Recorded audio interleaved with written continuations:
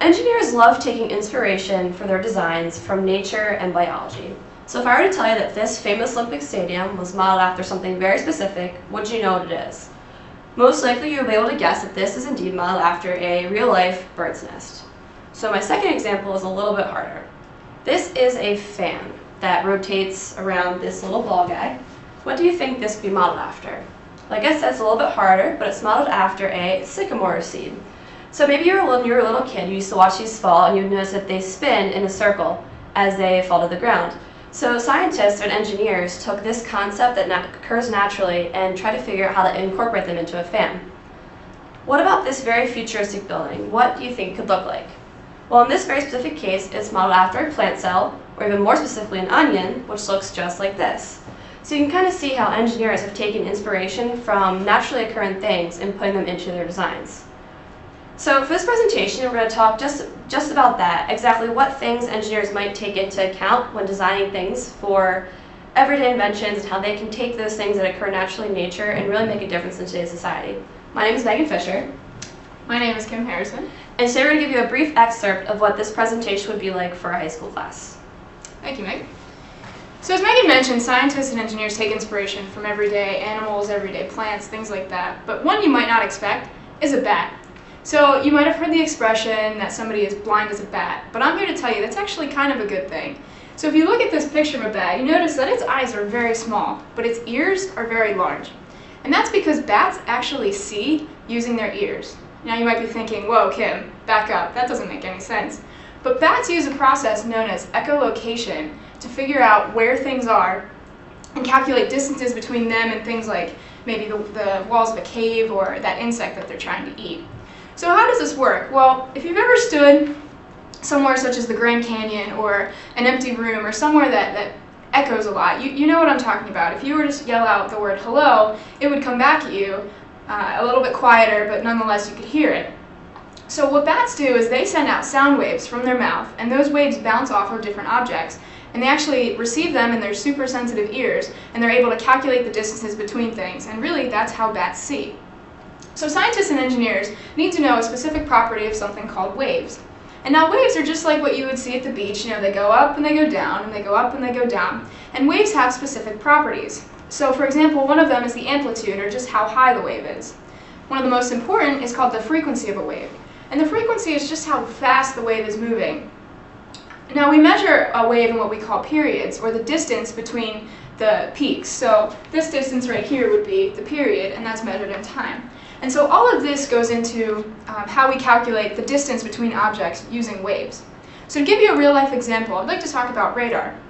So here you can see I have a satellite, and it's set up in a field, and it's going to be sending out a signal, or a wave. But this particular satellite doesn't have anything to bounce off of. Now if there's a plane flying by, and the satellite were to send out a wave again, you can see that what's going to happen this time is these waves are going to bounce into the plane and they're going to come back. And that information is going to be read by the satellite, and knowing the frequency and knowing the amplitude and other properties of waves, scientists and engineers can calculate the distance between things. Now this is really helpful because, as you can imagine, we don't have anything big enough to measure the distance from a plane flying in the sky to the ground. So we need to come up with ways to figure out how high this plane is flying. Now, it's not just used for planes and things like that. It's also used for things like submarines. So waves can move through water as well as air, and so that's how submarines are able to detect where other ships may be so they can safely maneuver throughout the seas.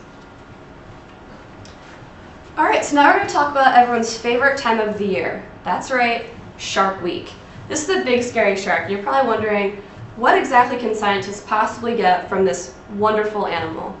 Well, shark skin, as you may have known, maybe you had the opportunity to pet a shark at one point in your life, maybe you haven't, but if you go one way, it's very, very smooth. But if you go the other way, it's really rough, kind of like snake skin. And this is because sharks actually have very, very rough skin. Now it's a little bit counterintuitive because you might think that to be the most aerodynamic or go through water faster, sharks would have very, very smooth skin. But like I said, they really don't. It's very, very rough. So the shark skin, scientists are really taking and trying to figure out how they can harness it. But how does it work exactly?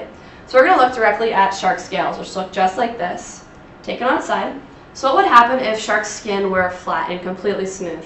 Well, what would happen is water would travel right over to the shark skin, and then as it hits the end of the scale, it would actually be very turbulent because it kind of has no direct path and doesn't know where it wants to go. So shark skin, like I said, is rigid, and it has very distinct channels which will tell the water which way it's going to go and don't allow it to get turbulent at the end, allowing it to be more streamlined. Also, just the specific geometry of the scales, it's thinner at the start and thicker at the back, and just simple laws of fluid flow state that if you have a wider opening at the edge, it's going to move faster through it towards the ends. This kind of allows sharks to swim very quickly through the water and also very efficiently to save as much energy as possible. So exactly how is this technology being used and put into today's environment? So you may or may not know Michael Phelps, the Olympic swimmer. Well, Speedo has found a way to incorporate this technology into their swimsuits. Having this technology in the swimsuits lets swimmers swim just a little bit faster that can help them break their world records. Another application is school buses. In order to make school buses more efficient and use less gasoline, they're actually starting to place these scales into front fenders and front bumpers of cars and buses.